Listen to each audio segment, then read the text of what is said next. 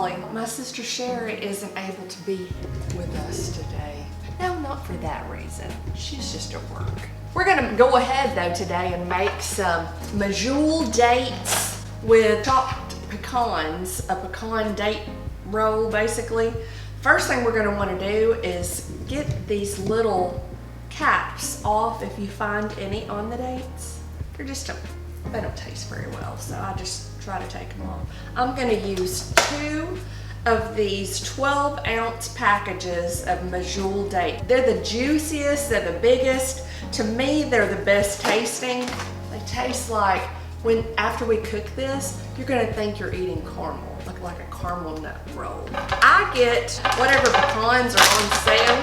These are just chopped pecans, and I'm getting a whole pound of these because I put as many pecans in this date nut roll as I can. It has 3 ingredients.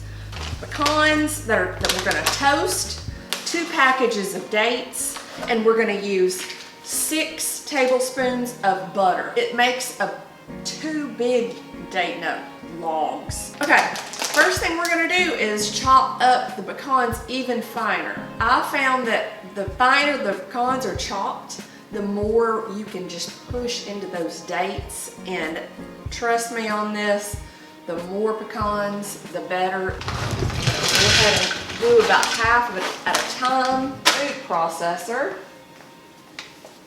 I'm gonna show you what it looks like. This is how fine it is. I'm gonna pour it in this bowl and do the second batch.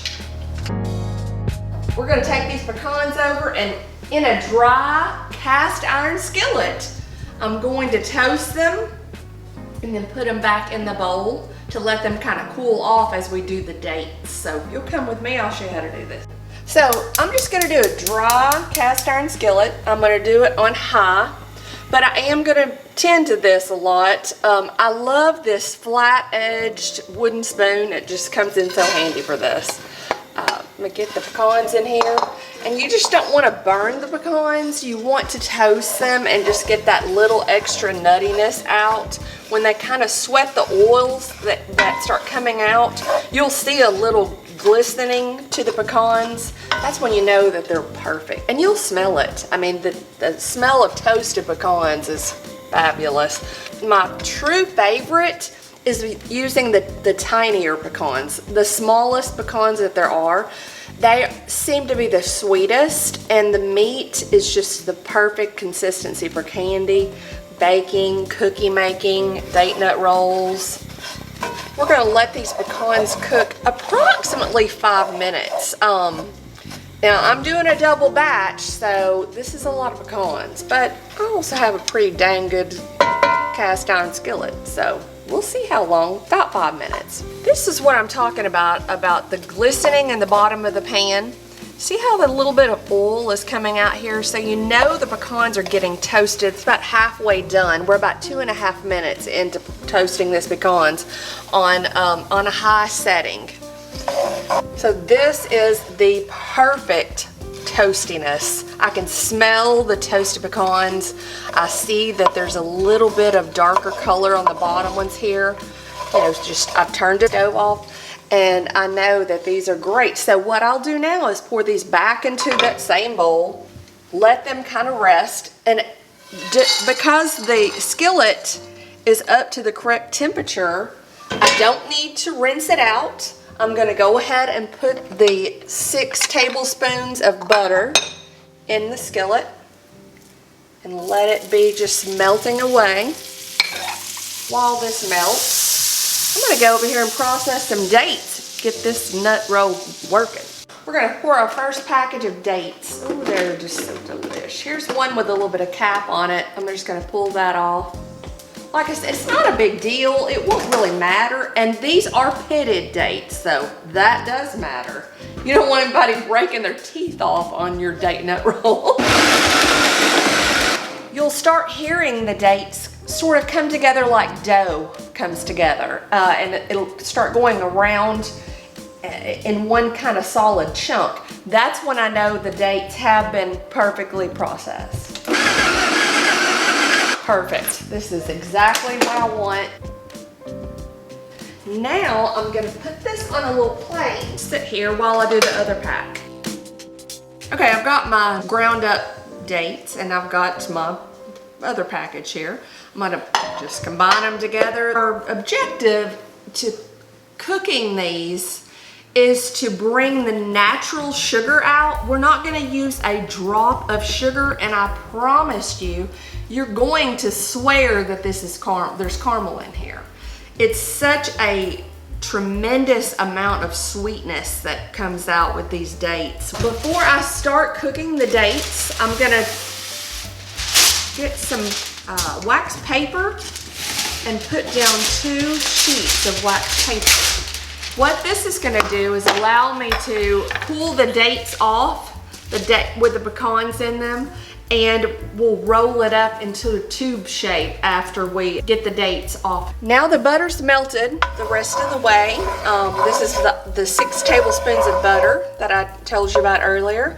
What I'm gonna do with this dates is sort of break them up into smaller little pieces, because I like to know that all the surface of the dates have gotten in the butter. Spread it out amongst all of the surface of the cast iron skillet, and then I'm going to turn it on. It's off currently. Now I'll put this to the side, turn it back on to, I would say, medium high. That's about where I keep it. We are gonna pay a lot of attention to this. We're not gonna leave it because it can burn very quickly, because it does have all the natural fructose in it, which makes it ooh, so delicious. You're gonna love it.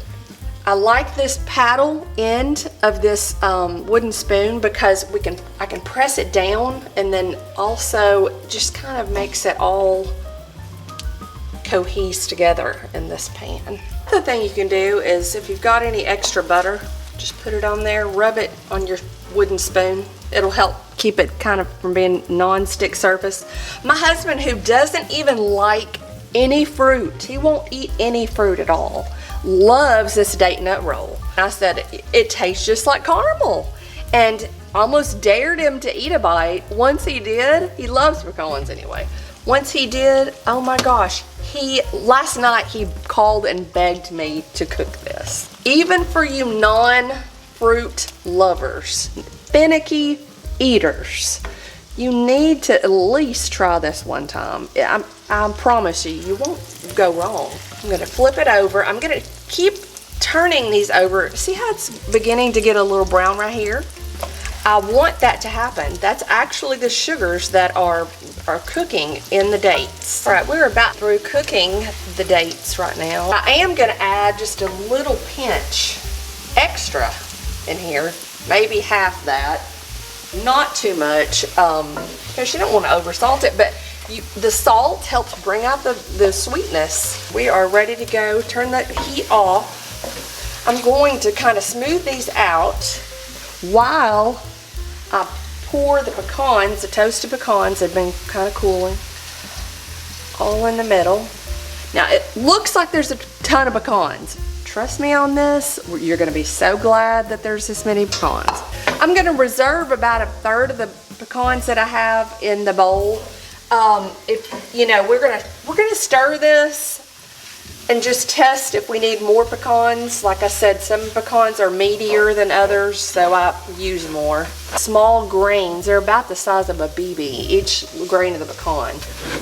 Just keep stirring together and see how the pecans just automatically incorporate into the date nut mixture. Okay, I've gotten all these pecans incorporated, so I'm gonna pour some more, reserving probably 1/2 cup of pecans for, actually we're gonna put that on the outside of the date nut roll. I'm gonna just keep stirring this, incorporating these extra pecans, and then we're gonna turn it onto a buttered wax paper sheet. We're just gonna get just a good stick of butter, and just run it over the wax paper right in the middle. God, I love butter. Now, I'm gonna get these pecans that are left and come over and just, hopefully it's the finest texture of the pecan mixture that we have. Just kind of do it on each sheet.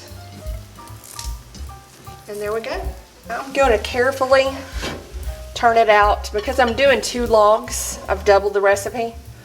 I'm going to turn this out half of the pan at a time onto the buttered and pecan lined sheet. I'm going to take this over here.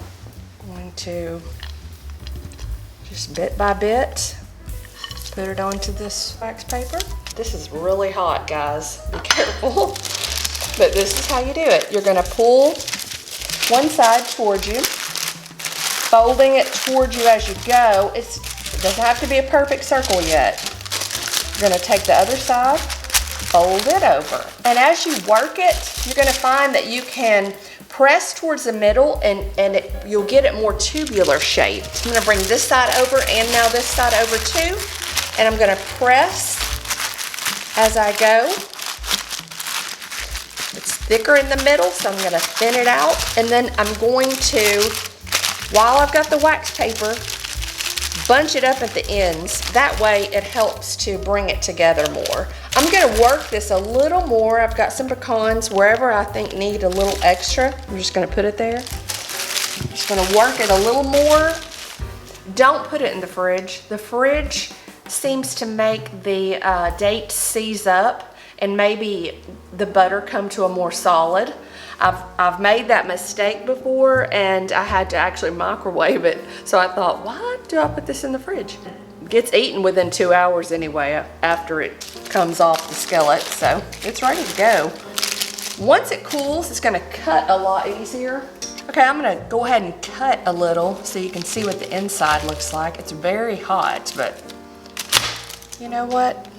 And if I don't have enough pecans in there, you can just always dip it down in the extra pecans.